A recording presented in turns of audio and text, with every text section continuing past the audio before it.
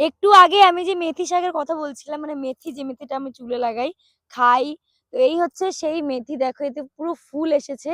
আমি এর আগে এই শাকটা দেখেছি কিন্তু এই ফুলগুলো আমার দেখা ছিল না। তো আজকে দেখেছি। তারপর আরেকটা জিনিস দেখাবো, সেটা হচ্ছে মটরশুঁটি গাছ। আচ্ছা ঠিক আছে, এই হচ্ছে মটরশুঁটি গাছ। মটরশুঁটি হয়েছে, ওই দেখ, এই এই দেখো মটরশুঁটি হয়েছে, ঠিক আছে। এর মধ্যে এখনো হয়ে পারিনি যে আমি তোমাদের একটা ছিঁড়ে দেখাবো। জাস্ট মানে এর শাকও খাওয়া যায়, আর এর ফলটা তো খাওয়াই যায়। এখানেও ফুল গাছ ভাই। রোহিত দা দারুণ লাগিয়েছে, সত্যি বলছি দারুণ লাগছে। মানে গাছগাছালি গুলো এখানে অনেক অনেক কিছু লাগিয়েছে, যেগুলো আমি সব সব গাছের নাম জানি না। যেমন এই শাকটার নাম আমি জানি না, এটাকে কি শাক বলে, বেশ নাম জানা নেই। এদিকে লাগিয়েছে মূলো লাগিয়েছে, এখানে আছে ওলকপি, ফুলকপি, ব্রকলি, টমেটো, কি না লাগিয়েছে, পেঁয়াজ, আগের বার লাগিয়েছিল আলু।